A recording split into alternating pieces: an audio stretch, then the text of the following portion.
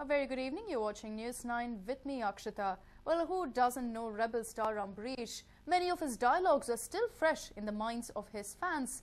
And today, the opposition benches in the House got a taste of his nastiness. Here's a report. It all began with former Chief Minister and leader of the opposition, Jagdish Shettar, complaining about the State Housing Minister's partial attitude. Shettar said that opposition MLAs were not allocated required number of houses under the Vasati Nagar scheme. ಒಂದು ಅವರು ಯಾಕೆ ಬಹುಶಃ ಎಲ್ಲರಿಗೆ equal ಆಗಿ ನೋಡುವಂತವರು ಅಂಬರೀಶ್ ಅವರು ಯಾಕೆ ಸ್ವಲ್ಪ ತಾರತಮ್ಯ ಮಾಡಲಿಕ್ಕೆ ಚಾಲೂ ಮಾಡಿದ್ದಾರೆ. ಈಗ ಇತ್ತೀಚೆಗೆ ಮಾರ್ಚ್ 4ನೇ ತಾರೀಕು ಮತ್ತು ಜೂನ್ 5ನೇ ತಾರೀಕು ಎರಡು ಸರ್ಕ್ಯುಲರ್ ಹೊರಡಿಸಿದ್ರಿ. ಕೇವಲ ಕಾಂಗ್ರೆಸ್ನ ಪಕ್ಷದ ಶಾಸಕರು ಎಲ್ಲಿದ್ದಾರೆ ಅವರಿಗೆ ಈ ವಾಜಪೇಯಿ ನಗರ ವಸತಿ ಯೋಜನೆ ಪ್ರಕಾರ 500 ಮನೆಗಳನ್ನು ಅಲಾಟ್ ಮಾಡಿದ್ವಿ. Expecting the roar from the opposition benches, Ambarish came up with a sarcastic jibe aimed at Shettar. ನಮ್ಮ ರಾಜ್ಯನ ಆಳದವರು ಅಂತವ್ರು ಕೇಳಬೇಕಾದ್ರೆ ಅದರ ಅರ್ಥ ಇರ್ತದೆ. ನಿಮಗೂ ಎಲ್ಲ ಗೊತ್ತಿದೆ ನಾನು ಕೊಟ್ಟಿದ್ದೀನಿ ಅಂತ. ನಾನು ಗೊತ್ತಿದೆ ಕೊಟ್ಟಿದ್ದವ್ರಿಗೆ ಈ ತರ ಕ್ವೆಶ್ಚನ್ ಬರುತ್ತೆ ಅಂತ ಗೊತ್ತಿಲ್ವಾ? And Ambarish was not done yet. He taunted the opposition benches, saying that the Congress government also had to fulfill its promise to its voters. ನಮಗೂ ಸರ್ಕಾರ ಇದೆ, ನಮಗೂ ವೋಟ್ ಕೊಟ್ಟಿರ್ತಾರೆ, ನಮ್ಗೆ ವೋಟ್ ಕೊಟ್ಟಿರೋರಿಗೆ ನಾವು ಸಮಾಧಾನ ಮಾಡಬೇಕು ತಾನೆ. He also reminded the opposition that the Congress's pleas, when it was in the opposition, had fallen on deaf ears.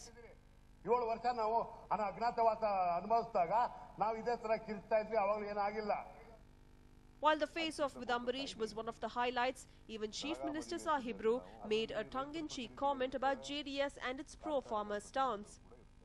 ಅವೆಲ್ಲ ಬೇಡ, ಈಗ ರೈತರ ಬಗ್ಗೆ ನೀವು ಎಷ್ಟೆಲ್ಲ ಮಾಡಿದಿರಿ ಅಂತಕ್ಕಂಥ ಜಗತ್ತಿಗೆ ಗೊತ್ತದೆ, ಅವೆಲ್ಲ ಈಗ ಹೇಳೋದು ಬೇಡ. Chief Minister Siddaramaiah made the comment while responding to a question posed by Jagdish Shettar over unpaid dues to the cane growers in the state. The CM also clarified that the government would pay off dues to the tune of 176 crore rupees within a week's time. ಈಗಾಗಲೇ ನಾವು 150 ರೂಪಾಯಿ ಏನು ಕಬ್ಬಿಗೆ subsidy ಕೊಡ್ತೀವಿ ಅಂತ ಹೇಳಿದ್ದು, ಅದು ಈಗಾಗಲೇ 398 ರೂಪಾಯಿಯನ್ನು ಈಗಾಗಲೇ ಬಿಡುಗಡೆ ಮಾಡಿದ್ದೀವಿ. 398 ರೂಪಾಯಿ ಬಿಡುಗಡೆ ಮಾಡಿದ್ದೀವಿ. ಒಟ್ಟು 574 ರೂಪಾಯಿ ಕೊಡಬೇಕು. 150 ರೂಪಾಯಿನಂತೆ ಸರ್ಕಾರ 574 ರೂಪಾಯಿ ಕೊಡಬೇಕು.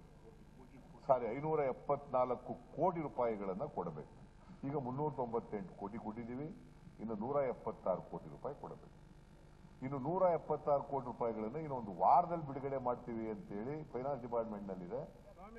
One hopes that the proceedings lead to productive discussions and speedy decision-making for the benefit of the citizens of the state. A News 9 report. Moving on, Preeti Zinta has finally recorded her statement at the Wankhede Stadium.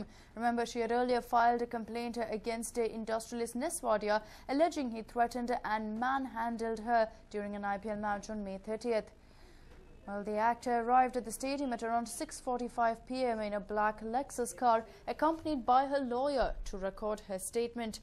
There was, of course, a heavy police presence inside as well as around the stadium today evening, keeping in mind the fact that she was re-recording a statement. It was said that she was reconstructing the scene and how the spat took place with the police.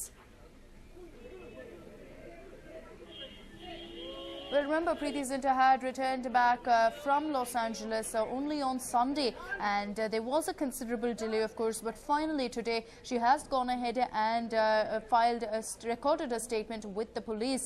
The Mumbai police were also present at Wankhede Stadium. She is said to have reconstructed exactly what took place, and now post this, considering that she has completed recording her statement once again with more clarity on exactly what took place. The cops are expected to call in Neswadia as well in a few days from now, and he too will go ahead and record his statement. Post that, we could be looking at some action being taken, but as of now, from Preeti Zinta's part, all that had to be done has been done. There was a delay considering that she had flown out of India and refused to talk to anyone, but the police reached out to her via email, and upon her return, barely a day after, she's gone ahead and reconstructed that scene, reconstructed exactly what took place and re-recorded her statement. Well, he is a builder whose father owns a construction company in Nama City. With cash flowing into his accounts, he leads a life of luxury with his family. But this is what caught the eye of a gang that went to the extent of kidnapping him, torturing him for over 4 hours and stabbing him for the ransom. What happened then? Did the gang of kidnappers get what they wanted? And what happened to the builder? Let's find out. Blood stains on the road. The trail of blood even continues inside the house, suggestive of the gory incident that took place here. Looking at this, one can't help but be intrigued as to what had transpired at this very place. But mind you, this story has more to it than what meets the eye. In fact, it is more shocking than what you can comprehend.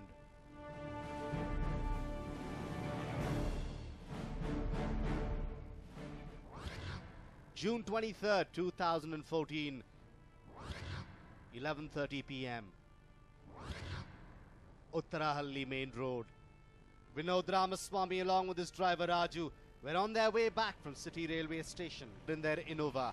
As they reached Rotighar, Vinod asked his driver to stop the vehicle as he wanted to answer nature's call and grab a bottle of water as well. Accordingly, Raju did as his employer had asked him to do. Well, Vinod got off his vehicle to do the needful, and as he was about to get into the car, he felt a dagger held to his neck. Vinod was shocked out of his wits. There were two masked men standing right behind him with lethal weapons. Even Raju was dumbstruck to see Vinod being held by the miscreants. Before anything could be done, the two miscreants pushed Vinod into the car and got into it. Then they ordered Raju to drive along the road. Midway, the two masked men asked Raju to stop the car.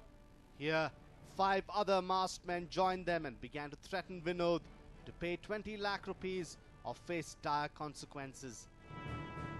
Yes, this group of 7 men were behind Vinod's money and not his life. But their threats were good enough for Vinod to understand that he would be in deep trouble if he did not pay up. 4 a.m. Kumaraswamy layout. Initially, Ramaswamy was shocked to see his son being dragged by the kidnappers who carried lethal weapons with them. It took some time for him to come to terms with what was happening. Meanwhile, Vinod walked into the room to show the kidnappers that he did not have anything valuable in the house. This was when they spotted his mother. On seeing the kidnappers, Vinod's mother screamed her lungs out to alert everybody in the house. The kidnappers were taken aback as the father-son duo continued to attack. They pushed Ramaswamy, who fell to the ground, and fled from the spot. But before escaping, the kidnappers took 15,000 cash, 2 mobile phones, and Vinod's mother's Mangal Sutra. Once out of the house, the kidnappers got into the car and asked Raju to speed away. On reaching Talagattapura, they pushed Raju out of the car and continued to drive on their own, only to abandon the car later. No one knows from or to which place the kidnappers have escaped.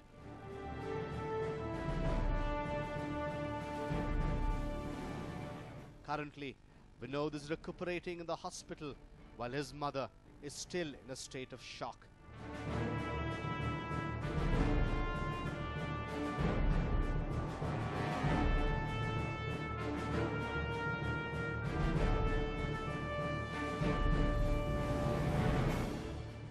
Well, the Kumaraswamy police has registered a complaint and has launched a manhunt for the absconding kidnappers. They are confident of solving the case and putting the culprits behind bars. But who are these kidnappers? Was it a planned kidnap by someone known to the family? Only a thorough investigation can take us to the bottom of the case. Harish Upadhyay, News 9, Bengaluru.